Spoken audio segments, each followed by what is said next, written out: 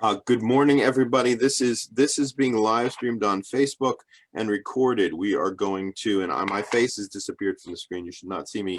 This is Greg Payson. Welcome to our virtual national organizing conference and our first workshop of the day from the Capital District, New York.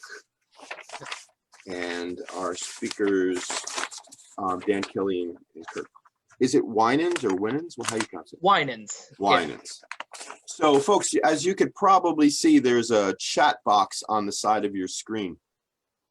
We're going to be taking questions in the chat, and Kirk has the power to unmute you if he wants you to ask your question live. We do ask that you hold off on the questions because as this question stream down, it can get a little confusing. Your question can get lost. So please hold off on your questions until Kirk asks you to do so. Once again, welcome. We are going to start to get more attendees. We got 7. Andy just came in. Heather, hello, Heather. And I'm going to hand this off to Kirk and Dan. Dan, you're in control. I'll be in the background. In control. It's all yours, folks. All right. Well, so welcome to Arm the Working Class, Why We Need a Socialist Gun Culture. My name's Kirk Winans. I'm the chair of the Capital District Socialist Party of New York. And Dan can introduce himself more, but he is chair emeritus. You make me sound rather old, Kirk. I guess maybe I am. But yeah, hi, I'm Dick Kelly. I'm with the party since 2014, and we started our chapter up in the Capital District area of New York State in around December of 2016, and I was the chairperson initially, and left that position for a while, came back to it briefly, and now we have the very able Kirk Winans as our chair. Thank you. All right, well, I suppose we can get started here. Ooh, I might mute you temporarily, Dan, while I speak, because I'm hearing some feedback, I think. Me? Yeah, I think I'm hearing feedback from your audio. Yeah. Yeah, I could maybe turn the volume down a little. Okay, or mute your mic. I'm not sure how else to control. Can you hear me? Yeah. Can you hear me? Yes. I guess not. Go. Okay, I can hear you.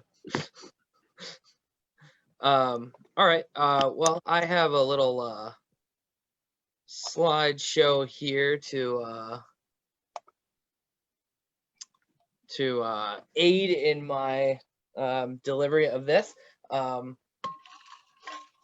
So today, the agenda for this workshop is the first part. I'm going to explain why we need a socialist gun culture, and this is something that CDSP takes very seriously. This is an important part of the work that we do, and some of our organizing work. And then, so we'll talk about, current crises going on and dangers, a little bit of a history of left-wing gun ownership and use, some contemporary groups that that fall within, if not explicitly socialist, some are explicitly socialist, others are more working class and towards the improvement of marginalized groups.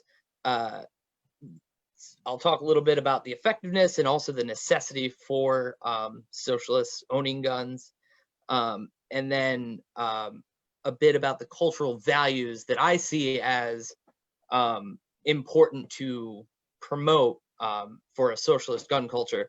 And then part 2, Dan will talk about how we promote the development of this socialist gun culture and some of the work that we do throughout fairly frequently. So everybody is, I assume, fairly familiar with the current rise of tensions, especially surrounding the Black Lives Matter movement, the killing of George Floyd, sparking this sort of current wave of protest and social unrest. And I think, you know, obviously this has a lot to do with how, with the current pandemic going on, it seems that people have the time, and people have had the time and energy to put into something. So we've seen large groups of protests, and I think really, at least locally, the picture on the bottom left, the bottom Black Lives Matter picture is actually a picture from March in Albany. And then also you see on the right of the screen some Blue Lives Matter sort of right counter or Back the Blue rallies. The top one is actually from Albany as well, on that side. But so, and it's been somewhat exciting, at least for myself, in terms of seeing people really just taking over the streets without permits and protesting fairly frequently in and around the Capital District, at least locally, and obviously outside of the Capital District. So there's really these tensions that are mounting, that we, you know, sort of saw a blip of this in 2017 with the rise of the alt-right, and I'll talk a little bit more about that later. But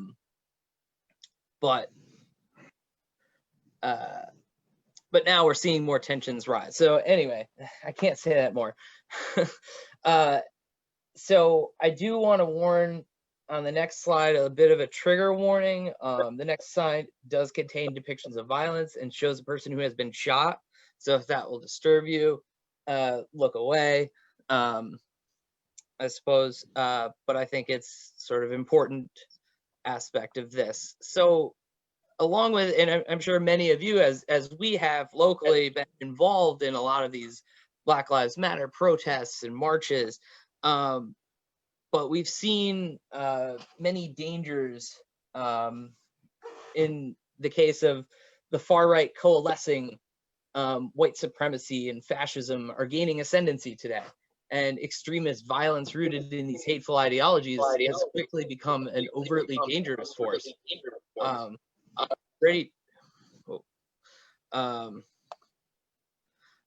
Ready to, and they're, you know, ready to kill anyone that they perceive to be BLM or Antifa. And so, as we've seen in Portland, I'm sure you're not unfamiliar with this, with the federal troops being brought in to, you know, just basically kidnapping protesters, as you see depictions. And, you know, a look at those, the pictures at the top there. Yeah, they have a police, you know, Velcro patch there on their chest, but I could go and buy one of those. Anyone could go and buy a, you know, that gear. And I mean, not anyone, it's probably fairly expensive, but right, any person could go and buy that gear and a police thing and not identify them, right? That was one of the biggest issues with this, is like those federal troops were not identifying, you know, what agency they were with or whatnot, and they're just picking people up off the street and putting them into unmarked vans. And those could have very easily been, you know, right-wing paramilitary groups. And that poses a significant danger to, you know, people like us that might be participating in protests and whatnot. You also see at the bottom, you know, the dangers aren't just in Portland, right? The bottom left is from New York City, and you see, you know, basically plainclothes police officers, once again, kidnapping people and throwing them into an unmarked van, right? There's no, no way to say that, oh, well, they're being arrested by this agency.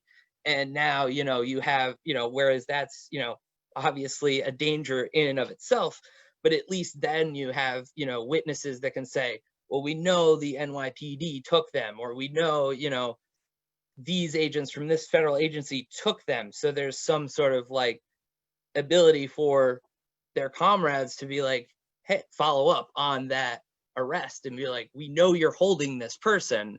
Where are they? What's happening to them? And then obviously we've seen the story of in Kenosha with the Kyle Rittenhouse, the two on the bottom, right? Just these far right extremists just showing up with guns and shooting protesters.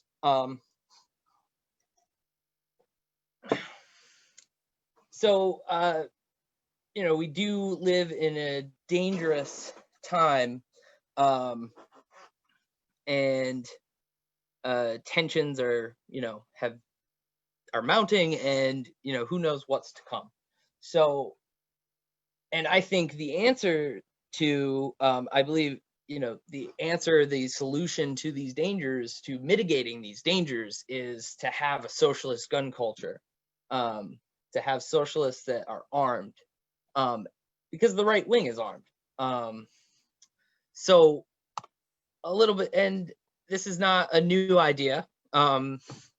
One prominent example of left wing, or an armed working class, is the Battle of Blair Mountain in 1921 during the Coal Wars, which was a series of labor disputes in the early 20th century.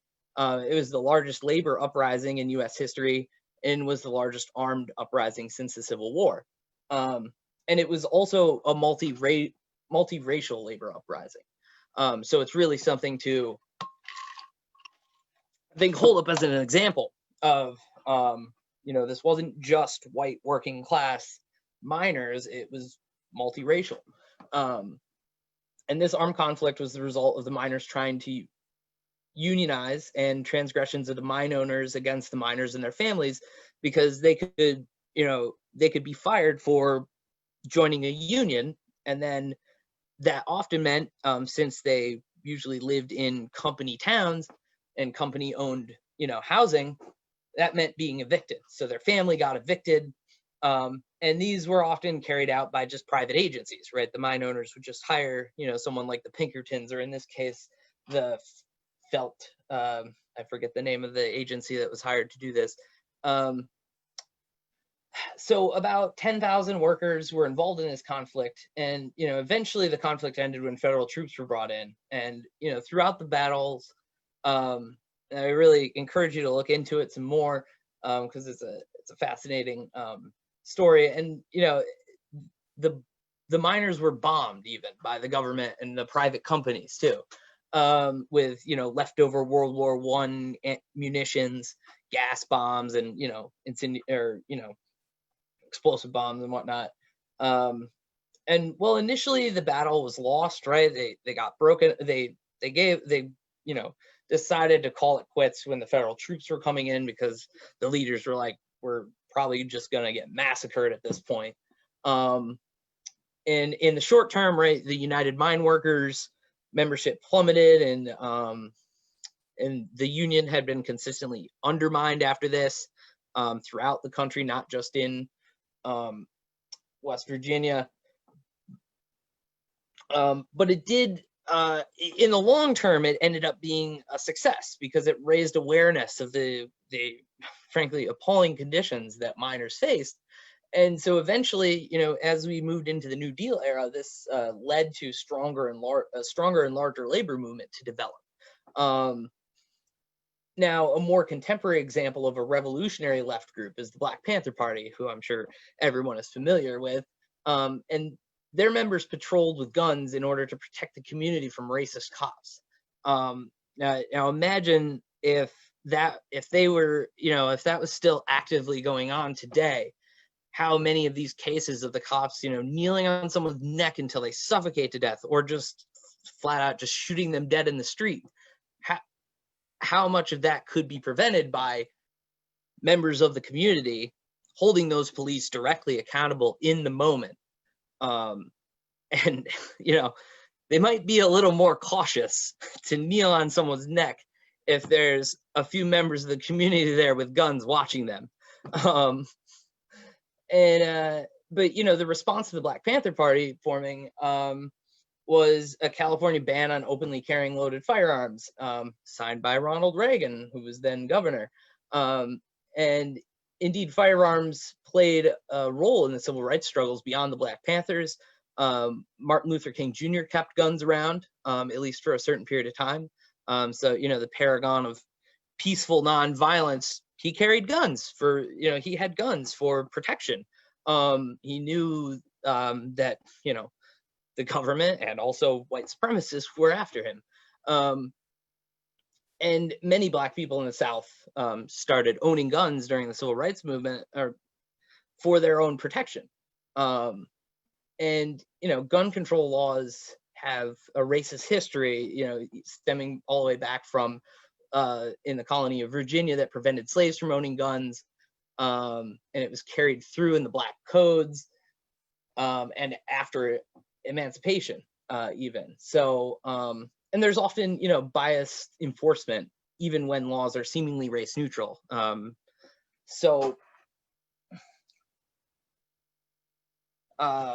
Moving on to some contemporary groups. One example is the Socialist Rifle Association that focuses on firearms training and advocacy. It's important to make an alternative space for those on the left to the right wing NRA, right? And so this is sort of like, this is an alternative. And many of the chapters also engage in mutual aid responses to natural and man-made disasters. And many of our local members have actually become SRA members recently. Of course, prior to this, back, I believe in 2017, maybe early 2018, we formed a John Brown Gun Club chapter locally. So it's mostly our local members. Now, Redneck Revolt and John Brown Gun Club is a little bit, I haven't heard much about them recently, but it's another contemporary left-wing group that is formed around firearms training as a part of efforts to build community defense and solidarity. The name is to reclaim the term redneck, as the LGBTQ community has done with the word queer, term queer. And, as they state to us, redneck is a term that signifies a pride in our class, as well as a pride in resistance to bosses, politicians, and all those that protect domination and tyranny. Now, the term redneck can be drawn back to, actually, it took on a meeting from the Battle of Blair Mountain, because the United Mine Workers wore red bandanas around their necks. So that's sort of what they're trying to reclaim, that labor, that militant, multiracial labor history of the term redneck. Now, the group, so some of the chapters use the name John Brown Gun Club, as we do, that is actually the group that Redneck Revolt grew out of. The original one was, I think, just the John Brown Gun Club. And more importantly, right, redneck can be off-putting to marginalized people that, that the goal is to ally with, right? So, and that's why we made the decision to call ourselves, a John Brown Gun Club chapter rather than a Redneck Revolt. So the group is focused on class struggle, anti-racism, and Second Amendment advocacy, and being a counterforce to white supremacists and fascists. They especially seek to recruit members of the white working class that may otherwise be won over to white nationalism. Redneck Revolt follows in the tradition of the Young Patriots, a group similarly made up of poor and working class white rural folk who had migrated to Chicago, that joined with the Chicago Black Panther Party and Young Lords as part of the Rainbow Coalition in the 1960s. And that coalition was forged out of the shared experiences of poverty and police brutality. Of course, guns are not the only thing that Redneck Revolt is focused on, as they have experimented with developing community programs modeled after those of the Young Patriots and Black Panthers. And obviously that was a large part of the Black Panther Party, right? Is developing community programs too. It wasn't just, hey, we're going to run around with guns and, you know, keep an eye on the cops, which is obviously important, but it was also to develop community programs and help their community grow and thrive and be supported. Another group that is particularly of interest is the Black Women's Defense League. So there's also been a rise of intersectionally marginalized people becoming more interested in firearms training as a part of self-defense, especially Black women. Indeed, this is framed as a movement by some of the women organizing the training. And one such trainer is the founder of the group called the Brown Girls Project, that focuses on helping young Black girls build self-esteem and gives makeup workshops. So it's a very surprising move to go from makeup to guns, I think. So some of the left-wing pro-gun groups go beyond firearms training and do more to care for those in their communities, such as the Black Women's Defense League, which was founded by NOC. The group's focus is on, they're in Texas, I can't remember which city initially. The group's focus is to fight both racism and misogyny. In addition to firearms training, they're an alternative resource for women and LGBTQIA members of their community to turn to in the case of domestic violence, as a move necessary due to the well-earned mistrust of state authorities, especially the police, when it comes to women and people of color. So in an interview, NOC, I found this very striking and, you know, an excellent story. NOC recounted their first rescue that they conducted as this group. And they said, we were able to help her and her daughter relocate, access counseling, and start fresh after a situation that could have taken her life. Her boyfriend was also given access to counseling. We did this without involving police or any state personnel, just community caring for its members.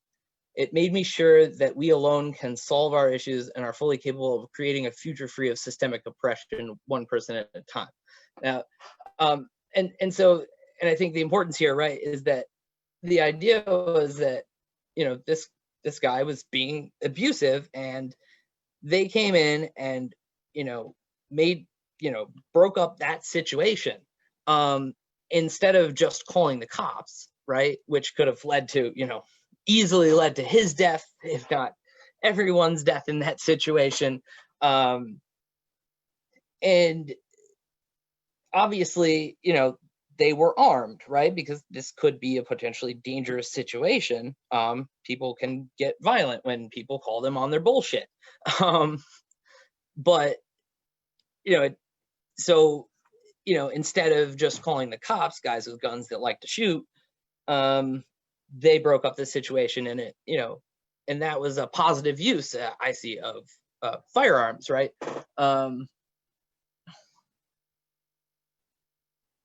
So I have a little like comparison story here, right? Of so as we saw earlier, you know, it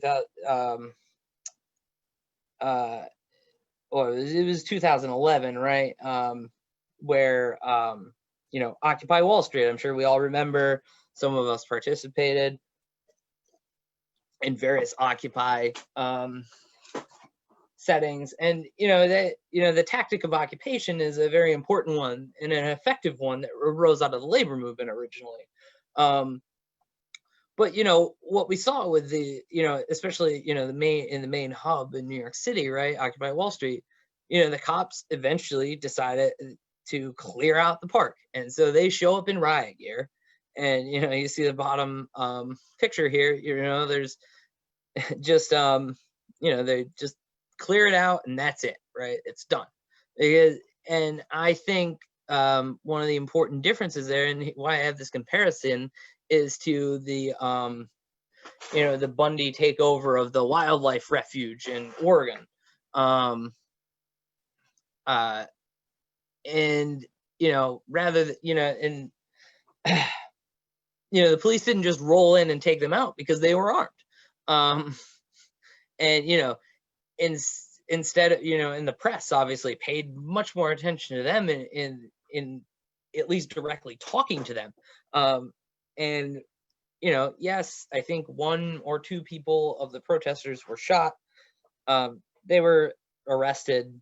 Many of them were arrested and whatnot, but I think it demonstrates the importance of an occupation, you know, the occupation strategy tactic. And being armed, though, is an important contributor to that, because they're much more likely to take you seriously and pause and actually, you know, avoid just rolling in and clearing you out, and then it's just a big failure. I found that one picture with the, you know, BLM on the sign there.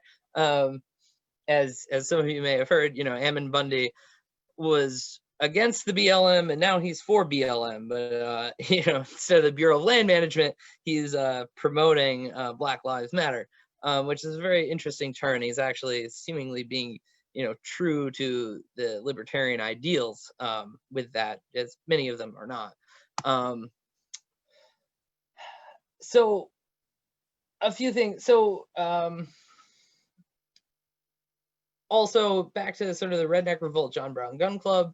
Many of the chapters were involved in providing security for those counter-protesting the various alt-right events, such as the Unite the Right rally in 2017. Of course, many of the alt-right were not armed, but, you know, it was a deterrent, I believe. And so, interestingly enough, in the lead up to the Unite the Right rally, the Carolina Mountain chapter of Redneck Revolt held a gathering in Asheville, North Carolina, with other far-left activists as an introduction. However, they also invited members of the American Pit Vipers, which was a locally based right-wing militia, to have a discussion. So one of the Redneck Revolt members remarked that we probably disagree on 95% of things, but they're about community defense and we're about community defense. They continued to interact prior to the rally, and one of the Pit Vipers drafted a statement that disavowed white supremacy and vowed to stand with those who defend their community against them. So they actually worked together. So you had this, you know, previous sort of like this right-wing militia helping to protect, in a way, or at least prevent violence from happening to, you know, left activists.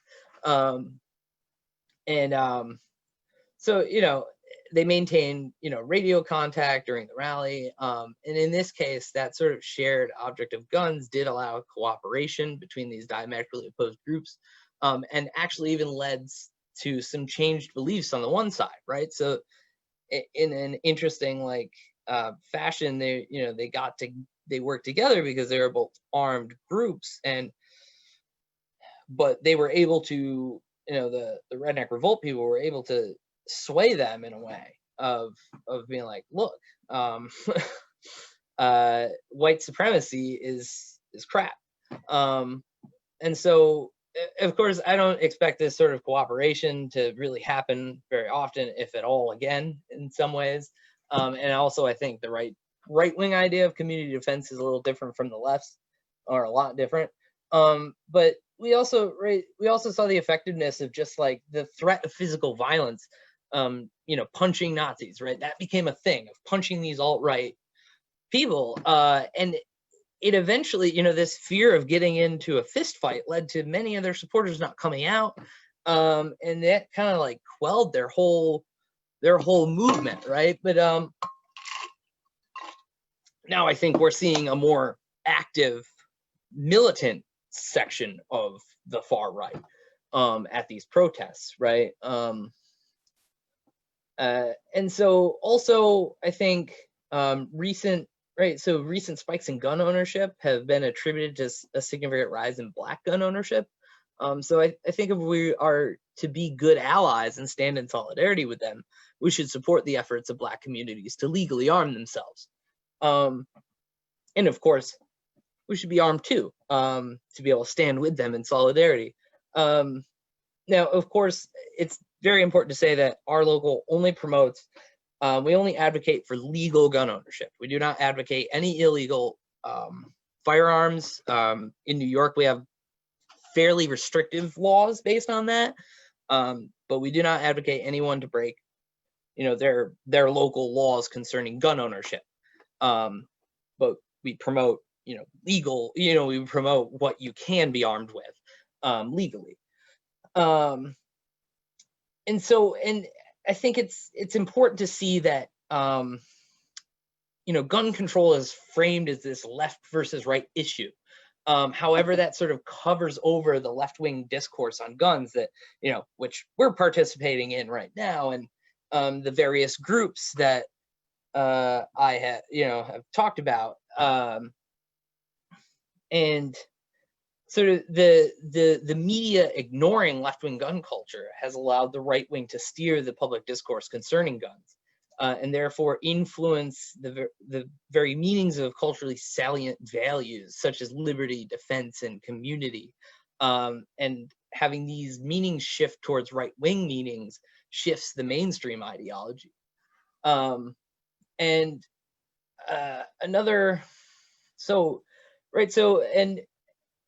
at the very base of it, right, our adversaries are already armed. So this comes up sometimes, right? Banning assault rifles, quote unquote assault rifles. But I see that as, more bans will only leave the right wingers who already own those weapons, and make the whole make up a significant majority of the people that own those weapons as the only ones with those weapons. And a bit about reading the Second Amendment here. There are two dominant readings of the Second Amendment, right? The conservative reading allowing firearms for self-defense, and the liberal reading that is dismissive of the role of the Second Amendment, right? The liberal justices in some of these cases, gun control cases, has just been like, just dismissive, like, yeah, we don't need that anymore. We might as well just throw it out. And as it stands, the conservative reading has won, and it won out in the District of Columbia versus Heller. That's one of the most prominent recent gun control laws concerning pistols in DC.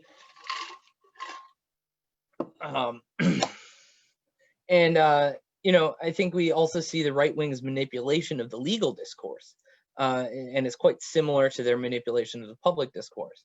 But these are not the only two readings, I think.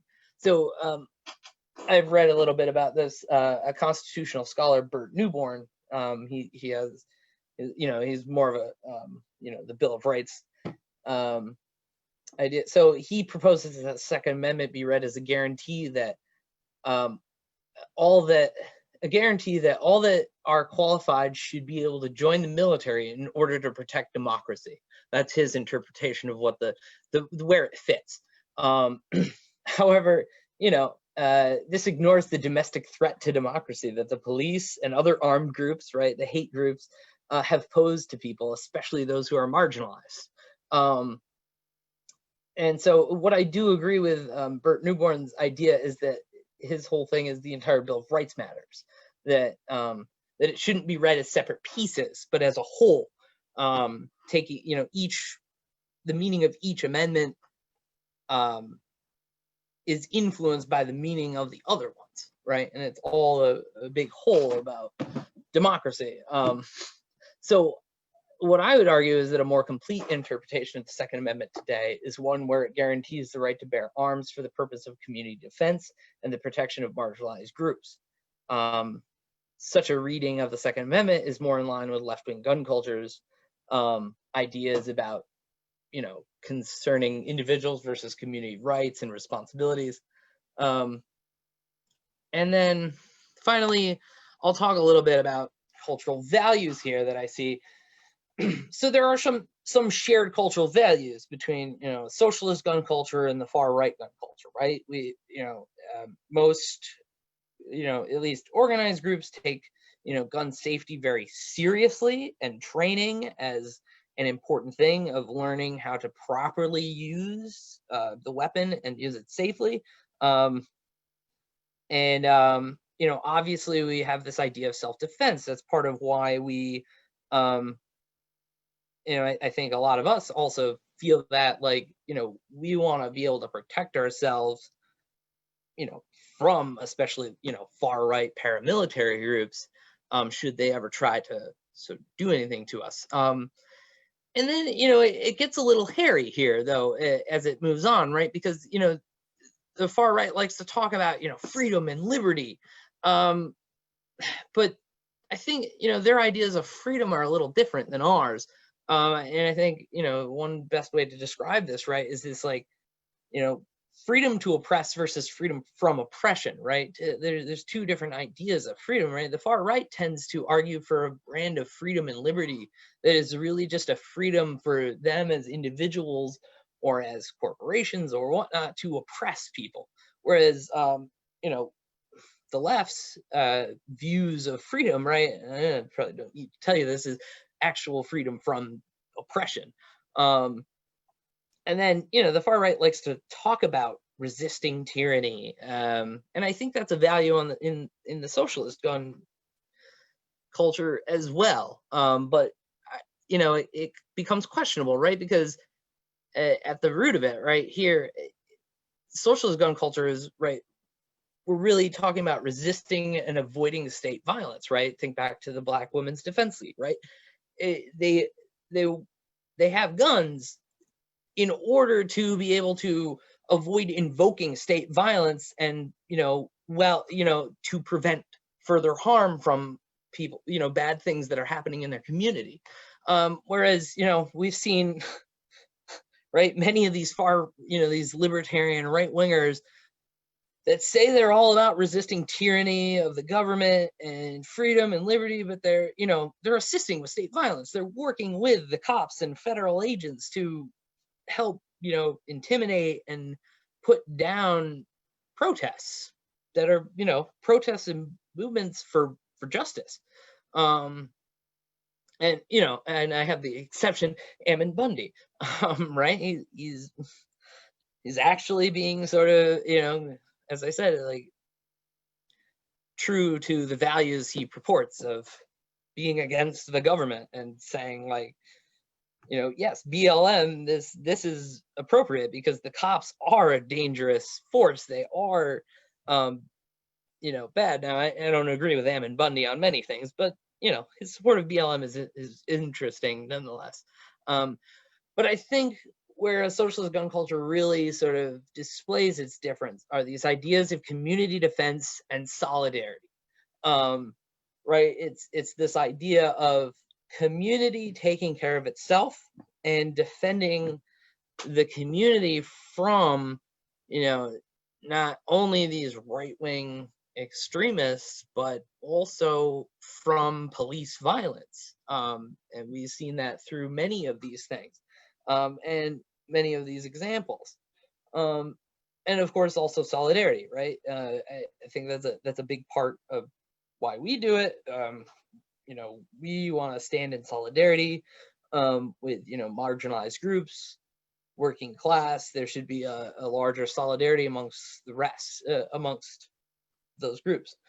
So I've probably taken up more than my allotted time here, but thank you for listening, and I'm going to stop my screen share, and I will, if Dan, you can unmute yourself.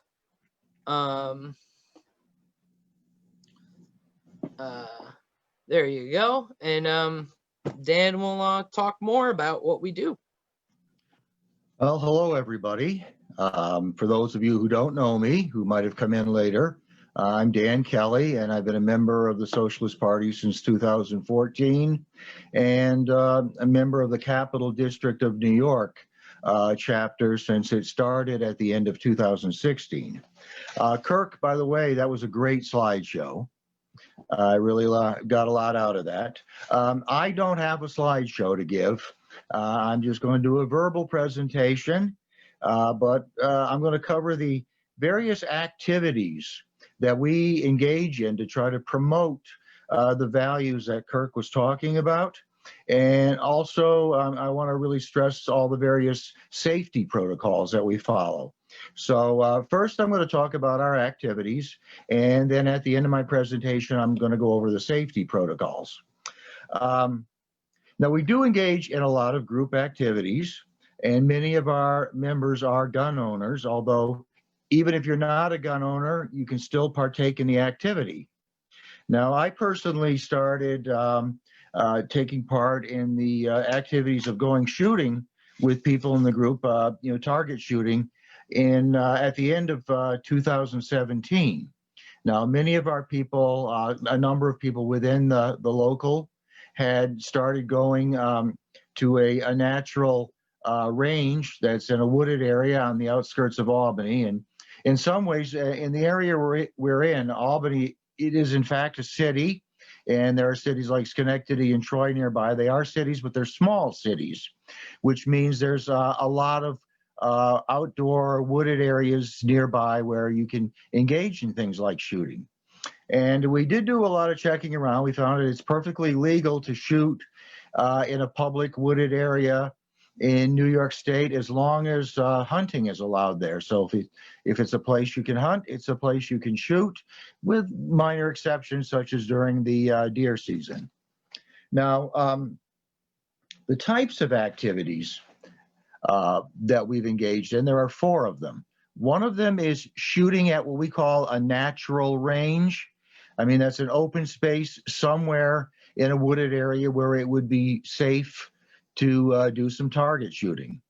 Another one is going to a formal range, right, which means a human constructed range where there are earthen berms that have been built up with targets placed in front of them to maintain safety. They may have, like, even certain little chairs and stands that you can shoot from.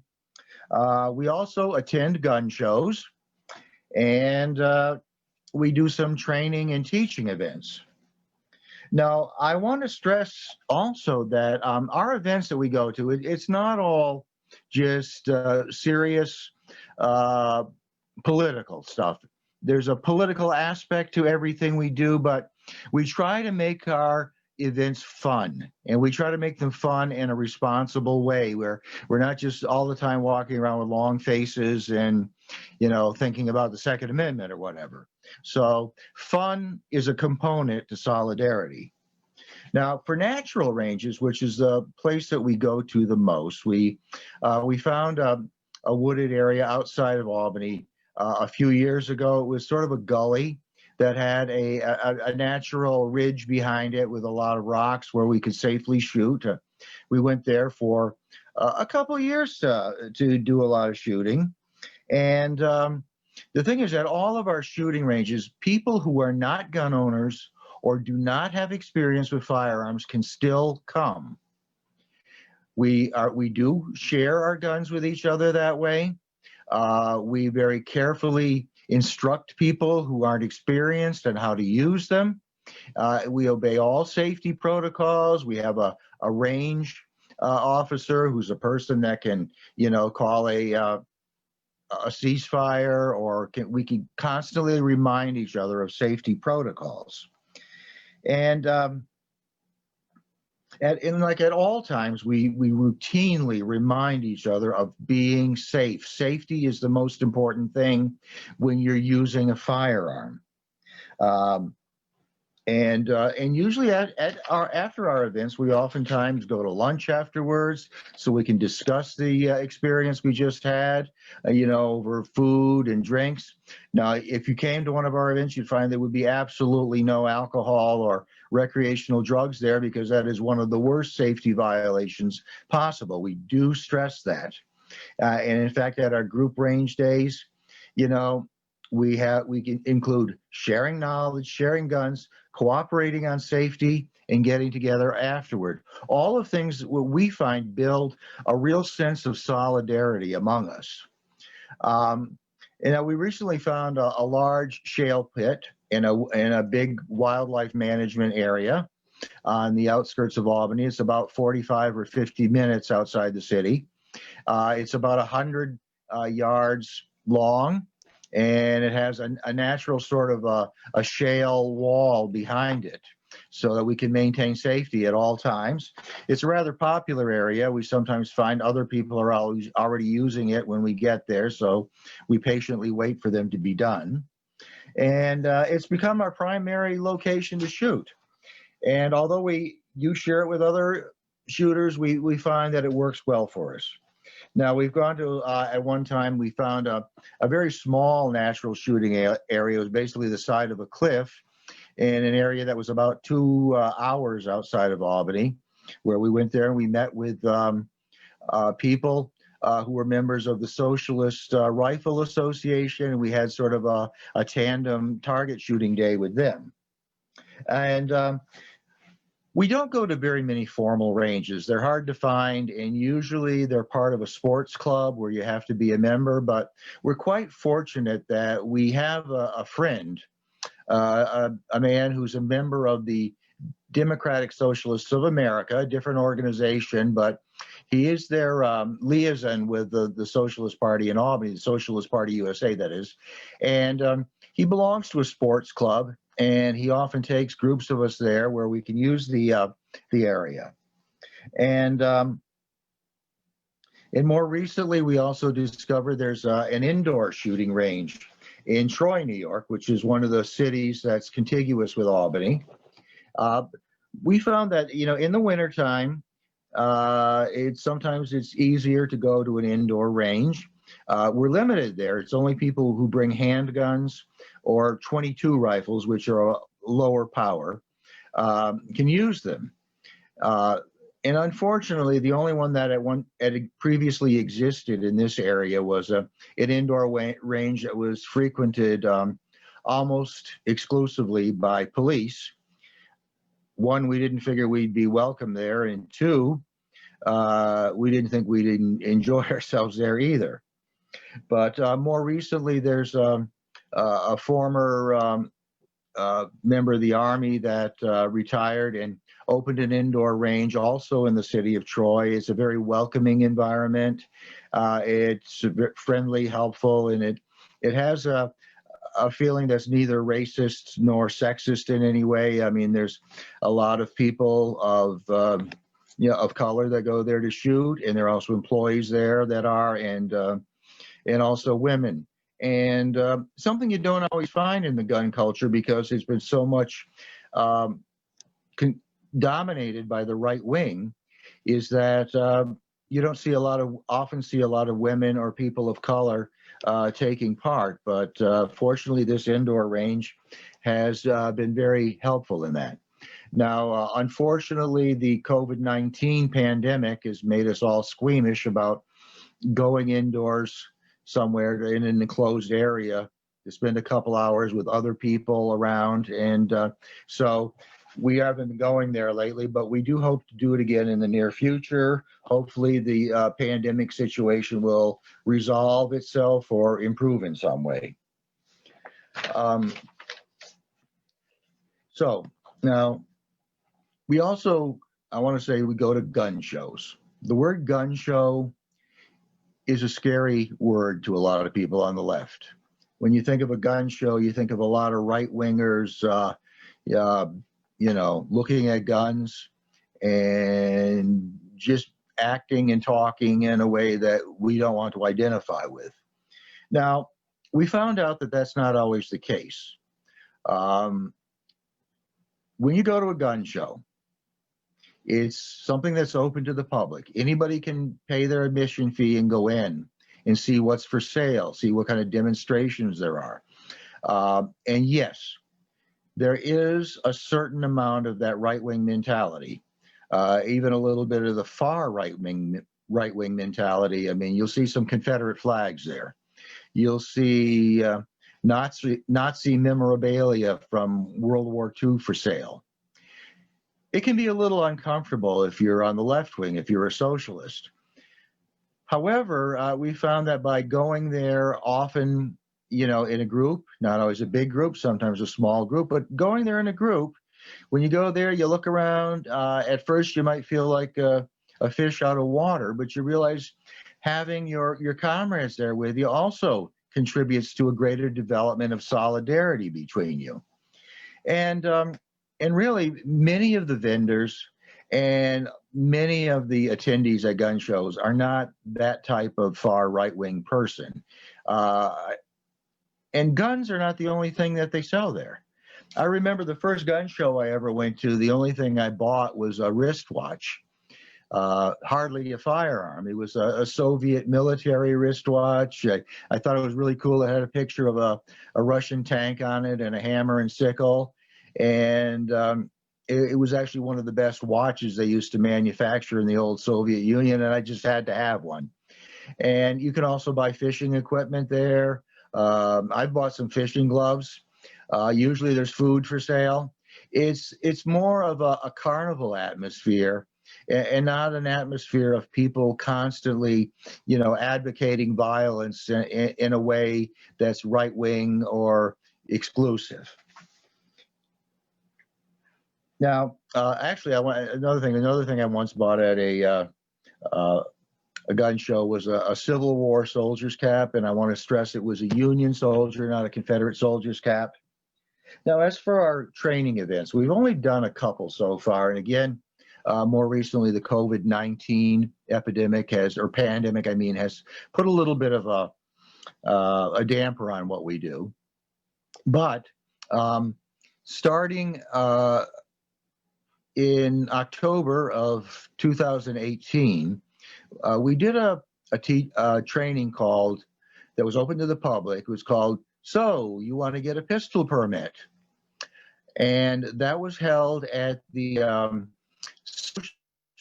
Social Justice Center of Albany, which is an umbrella organization for many progressive organizations and many left-wing organizations.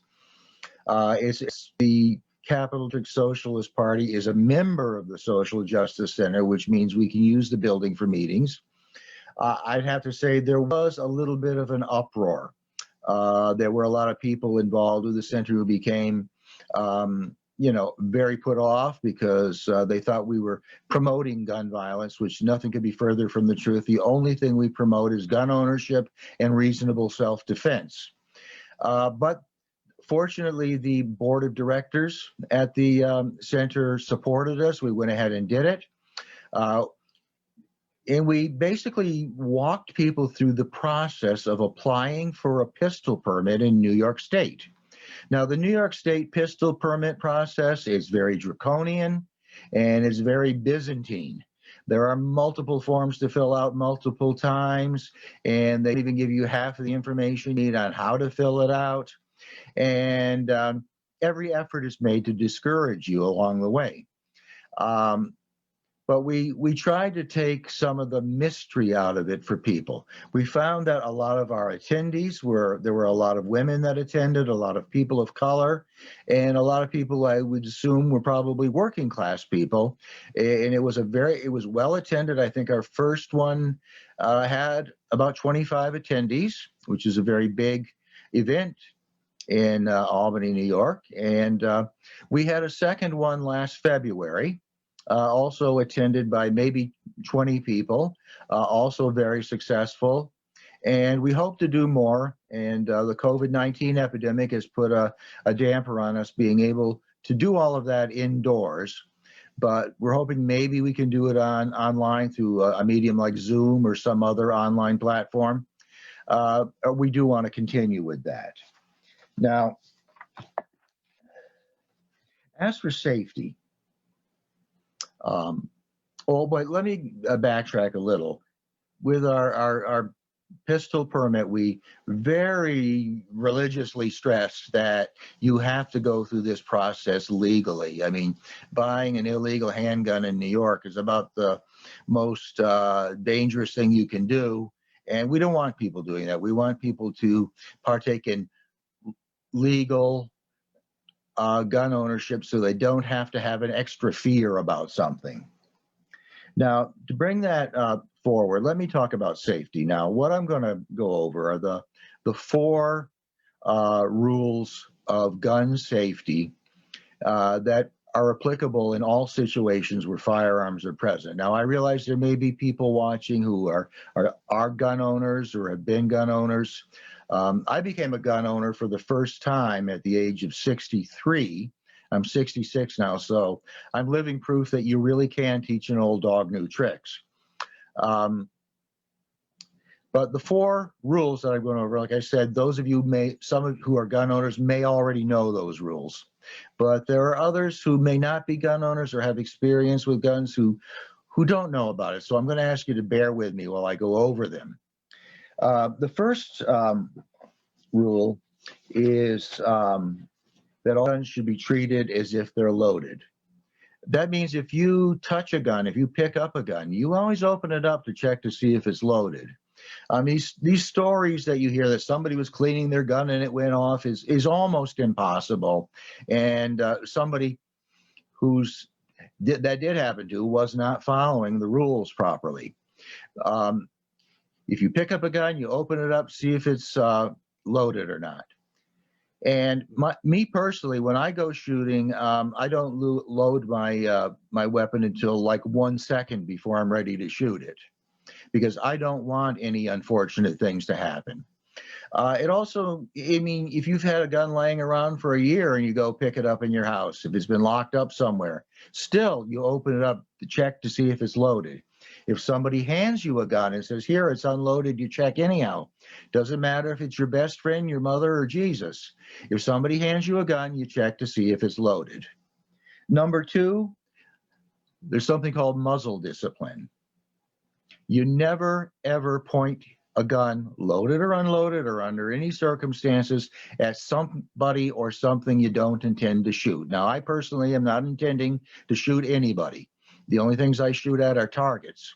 So I'm very careful to make sure I never point my gun where it's not supposed to be pointed. And then number 3, it's keeping your finger off the trigger until you're ready to shoot. There's a little metal loop that goes around the bottom of a gun. It's called a trigger guard, and it's called a trigger guard for a reason. It's to keep your finger from touching the gun. You keep your finger away from the trigger. Me, when I shoot, I load my gun when I'm standing in front of the target with the gun pointed down at the ground. I aim it, and then I fire. Never do I touch the trigger when the gun is pointed anywhere other than at a target. And the final one, 4th one, is called Know Your Target and What's Behind It. It's a very simple rule. Everybody should follow it. Now, it simply means you don't shoot at something unless you have a clear visual identification of what it is. And with us, when we go shooting, we shoot at targets.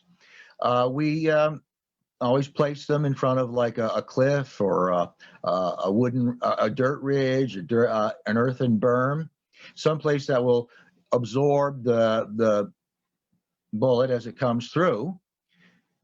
And it's the same thing with any circumstance. If you're a hunter, you don't shoot at something rustling in the brush, thinking it might be a deer, turkey, or a rabbit. Every now and then we hear stories about how somebody shot at something that they thought was a deer and it turned out to be a human being. I don't even understand how that happens. There's absolutely no excuse for that. It should never happen.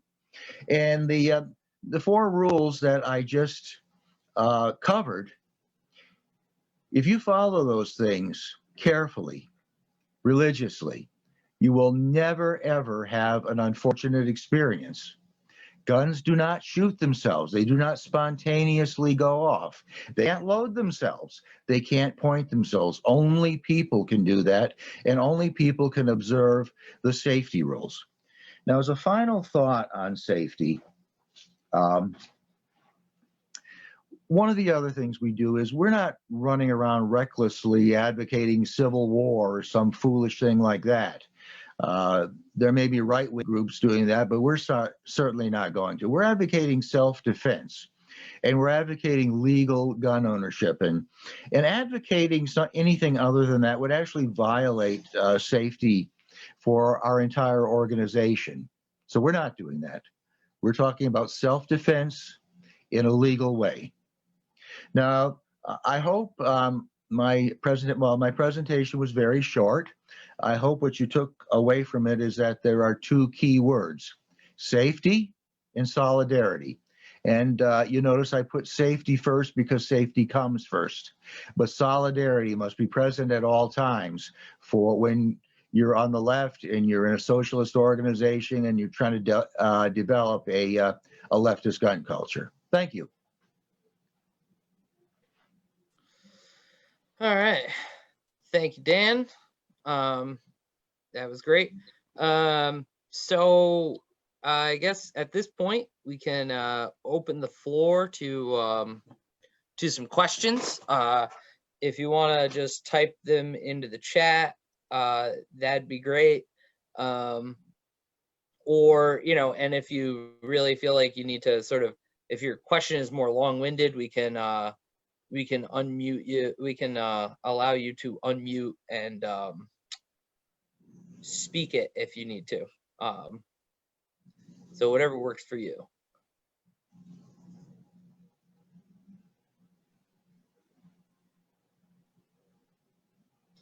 Any questions? Can everyone hear me? I hear you. All right. Okay, so Stack. All right, cool. Stephanie, would you like me to allow you to unmute? All right, there you go. I have selected you to allow to talk, I believe. Hi, can you guys hear me? Yep. Okay, I have a lot of questions, but I'm just gonna stick to one right now. Well, first off, I just want to say that I'm really happy that you've built a space for gun owners that that isn't just brimming with toxic masculinity, because that's pretty much what I've seen even on the right. When they claim to empower women, it's almost always about, you know, you should get a gun because that way you could protect yourself from rapists, and you know, putting the impetus to stop rape on women. And that is always a big turnoff for me, because I think gun ownership is something. I like your emphasis on solidarity as well, because I think it is a communal thing. And I like that you're normalizing things like trigger discipline and checking to see if guns are unloaded. Because I see stuff online, and I see people pointing guns at other people. I saw that meme with those people pointing guns at the Black Lives Matter protesters. And it just makes me so angry as a gun owner, because it's like, you're making us all look bad, you know? But one question I had is, you know, obviously I'm not a big fan of the NRA or the manufacturers of guns. And I think they work to encourage some of the things I mentioned prior. How do you recommend, like, if you wanted to buy a new gun, would you recommend going to a gun show so you're not necessarily supporting these manufacturers? I mean, yeah, see, that gets to be right, a tricky question indeed. I mean, right, many, you know, right-wing many gun shops, right, are owned by, you know, right-wingers, or, you know, plastered in these days with Trump signs. And, you know, obviously many people at gun shows are, you know, there's way more Nazi memorabilia than, you know, anything else almost, right, aside from guns. But yeah, I mean, you could go to a gun show, I would think, and maybe find someone who could be offering, you know, maybe some, I guess, communist memorabilia that might be like oh, okay, this person might be good. I mean, also just so I know myself, right? I own an SKS, right? So Soviet designed weapon that came out of Yugoslavia. But as far as new guns, I mean, at some level, it's one of those things where you're probably in some way buying something manufactured by them, but I guess it's the common refrain, right? I believe it was Lenin, right? The capitalists will sell us the hope with the rope with which we will hang them. So at some level, it's definitely hard to avoid unless you're looking at more, looking at guns that maybe are imported. Those could be options to avoid, supporting the U.S. gun industry in that way. I'm not sure. I hope that. Can I add to it? Yeah, hi. Stephanie, you did post one little thing there that I thought was very germane. You said there's no ethical consumption under capitalism. Any gun you buy was manufactured by somebody. Can't always be sure what that somebody might be promoting. Now, I bought my first gun at Dick's Sporting Goods, and I brought a member of the party local with me who had more experience than I did to help me buy it. I also picked up, about a year later, I picked up a gun like the one Kirk is mentioning, which is a Russian-made World War II era gun at a gun show. Now, the fact is, the people at the gun show are making money from selling this too, and many of them are people that own gun stores, or they may have stock in some company that manufactures guns. So I think it comes back to the fact there's no ethical consumption under capitalism. When I go to the grocery store to buy my food, I can't always guarantee that the people who produce that food were treated ethically, or that the environment wasn't damaged in the production of it. I just do the best I can, and I keep fighting for a better world. Okay. So I guess we'll move on. Hopefully that was somewhat satisfying. Okay, so we still have about 20 minutes, but I think Canyon, you said yes to having a question. So I can, let's see. Oh, wait, Canyon is no longer in. Okay, so we'll move on. I believe I saw Kyle come up with a raised hand next, so I will allow you to talk. All right. Yeah, hi. I'm in Oregon. All right. I'm glad to see that there's other SP members talking about this topic. I was interested in how much emphasis do your group places on cleanup after a day at the range, and do you have any techniques that helps you pick up smaller shells, especially the smaller, like 22? Usually put out 100 of those or so, a couple hundred maybe in a day. And also, do you put emphasis on any kind of first aid, medical training? And that's it. Thanks. Yeah. We so the spot that we used to go to initially was more of a wooded area, and so we definitely focused on picking up what casings we could find. I know we know some people that retool the ammo, so they just want the brass, right?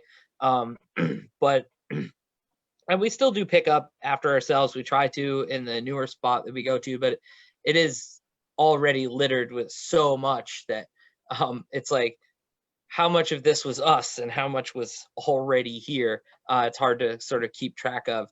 But we, what was, let's see, I'm forgetting the second part of your question, sorry. Medical training and any kind of trauma training. Oh yeah.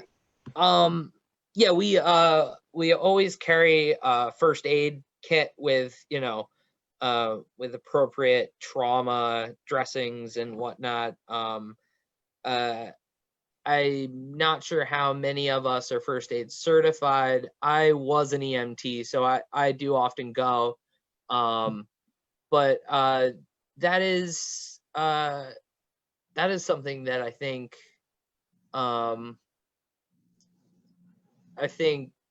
we could place a little more emphasis on, and I think it would be a good idea. We have talked about as a local, even putting on like just a public event of like, you know, hey, here's some very basic first aid training, you know, for people.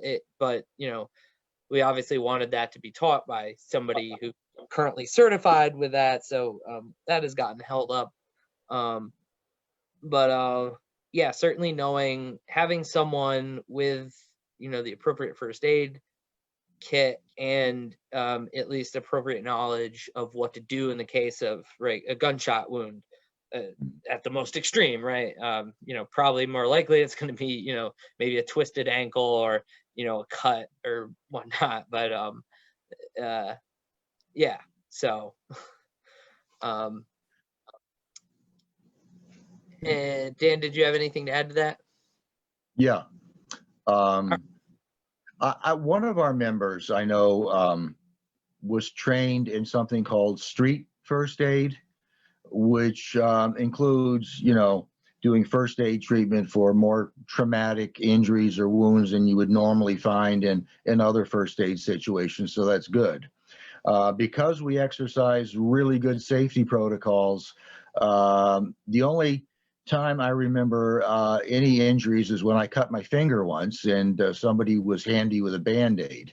So, and I consider that a positive thing because 3 years of regularly attending range days, the only injury I'm aware of is a cut finger, and that was me.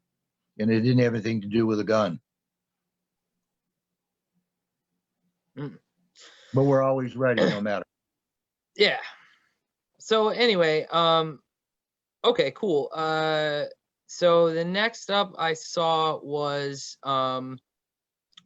Samuel Rose. His question, what's a good gun for a beginner to buy and train with? I mean, Dan, you did this with, I mean, my first gun that I bought was my SKS. Yeah. And you had that, I forget what you had initially. I had initially a hunting rifle and bought it because I thought it looked really cool. It was a 308. It was probably too much gun for me to start with, but I don't know what a good first gun could be. Possibly a 22 because it's something that most people can easily manage. Doesn't make a lot of loud noise. And I want to stress that we always wear ear protection when we're shooting. It doesn't have a big kick to it, but at some point in time, you got to learn to get used to the noise and the kick if you're going to progress in your skills. So I don't think there's like an easy answer to that question. You know, you have to go kind of with your own instinct, and it's always good if you're a first-time gun purchaser to bring somebody with more experience with you when you go purchase it. Yeah, I would say for sure. Yeah, a 22 would probably be the most like entry level kind of gun. They're, you know, very small, pretty accessible. I think they're fairly cheap comparatively to other things, and can get you sort of used to the and obviously, right, a lot of indoor ranges will, you know, allow those to be fired as well. So there's always that option. But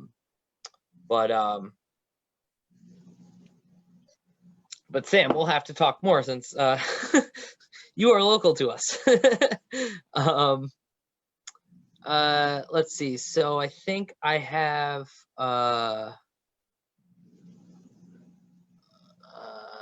let's see. I believe we had Heather next. I can't seem to. Okay.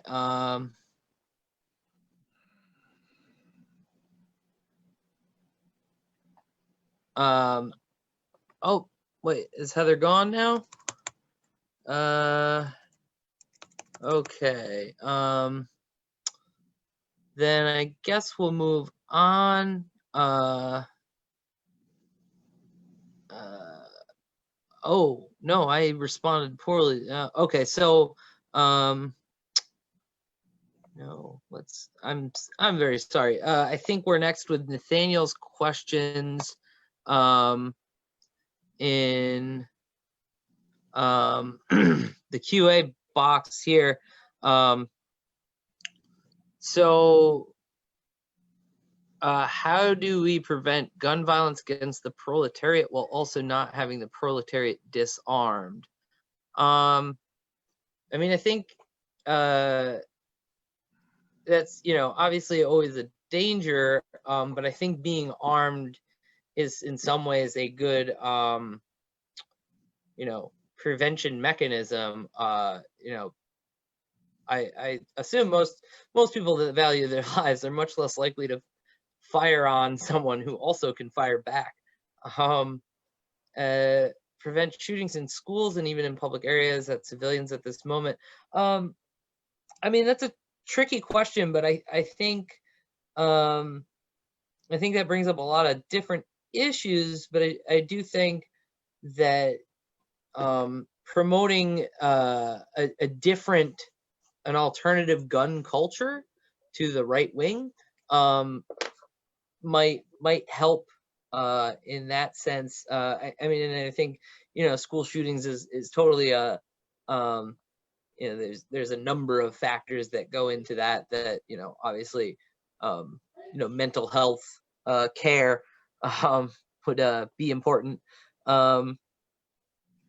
If we are to work or be in solidarity with pro-gun right-wingers, what is the principle or platforms to not denigrate the movement for workers' liberation? I mean, I don't think I don't think really right, like I said, there are potential openings to working with right wingers in some ways. I think promoting our ideas and where we do have this sort of common language, especially like community defense. I think being able to sway them it's potential. There's potentially room for that. Being able to sway them to our ideas, but I really don't know. I don't see that as much of a likelihood, so I'm not quite sure what to do that. And they ask also about organizing our own leftist gun shows and gun movement to organize workers and teach workers, and maybe changing people's minds at these gun shows. I'm not sure how much. I mean, that could always be done. That could always be attempted. And I think that's part of what Redneck Revolt, I believe they also go to gun shows and try to sort of do that. So I mean, if you're interested in doing that, that might be something to look into, contacting Redneck Revolt group or John Brown Gun Club. But yeah, I mean, I think it would be great if we had a larger like socialist gun culture to be able to really organize leftist gun shows and whatnot. I think it's certainly doable at some point, but we'd really have to build this leftist pro working class this working class pro-gun culture first, I think. And I think that starts with, some of the stuff we're doing, and I'm sure there's other, there's other ideas, and really gathering the ideas from these different groups. And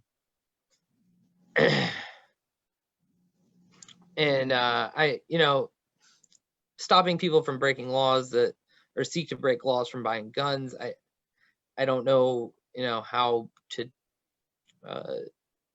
that. Could I add? Yeah, I mean, sure. there's no way for us to stop somebody from breaking a law with or without a gun. And I also think, for things like some of the mass shootings that have happened, it's obviously, if you don't have access to a gun, you can't do that. That's common sense, but that's not the point. There's something more than just access to guns that's causing that to happen. We're in a state where currently a late capitalism, things are falling apart right now. People can't find decent jobs. People can't have careers. And a lot of those are factors that feed into this. And there are a lot of changes in our society that some people just aren't able to digest, that lead to things like mass shootings. It's not simply because someone has a firearm. I mean, I have a firearm, but I'm never going to do anything like that, because I also understand and reasons why our society as it is right now seems to be crumbling from within. And yeah, so and I guess Heather is now back. So if you had a question, I will allow you to talk, and you can pass. But yeah, sorry, we kind of skipped over. But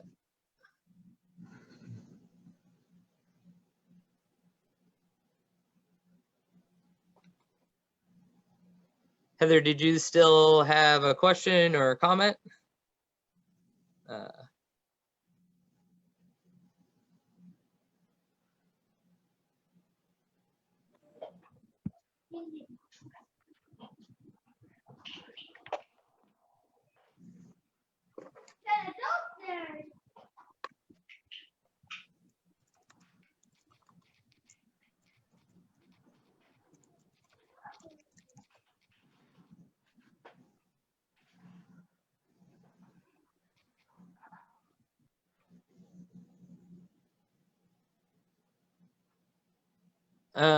Okay. Well, all right. Is there any oh, okay. Great. Okay, so connection dropped, no further questions or comments. Okay, great. All right, is there any more questions, any comments that anyone has?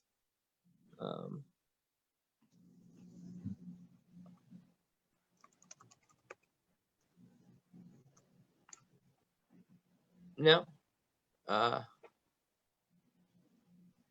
righty. Let's see. Okay, well, yeah, if no one has any further questions, yeah, you can, and if you do have further questions, feel free to contact me, contact our party page. I believe it's posted in the chat, a link to our Facebook page, and you can, just Facebook chat with us, and we'd definitely be more than willing to share more of our insights and knowledge. If you have any questions about organizing these types of events that we've put up, yeah, cool. Well, thank you very much for. I'd like to thank everyone. Oh, and there's another Q&A. Oh no, never mind. Well, thank you so much, Dan and Kirk. This was awesome. This was our first workshop of the weekend, and we had about 20-something folks show up, so that's great. We recorded it. It was live streamed on the organizing conference page, but we'll have a tightened up video to post on the main page in our YouTube very soon. Where is that page? What is the? It's Virtual National Organizing Conference. And it's specifically not super public because we're going to do some live streams that aren't this is our first shot at it, but I will post that to everybody that registered as well. Also, I want to do a little housekeeping and just give folks an update. At 3 o'clock, we have Socialist Feminism Brings Real Solutions to the Crisis of Capitalism. And I know Stephanie and some of the other panelists are on this call. At 4:30, we have Southern Networking, remotely building up SPUSA in the South. And after last night's discussion, we added a LGBTQ plus meeting, and I posted that to everybody who registered. If you registered late, I will repost. So I just want to thank everybody, especially, you know, the Capital District, who's an inspiring local. I always get reports from you guys and photos, and it's good to see you again, Dan, face to face. And Kirk, for the first time, I think I've actually seen your face on the screen. Yes.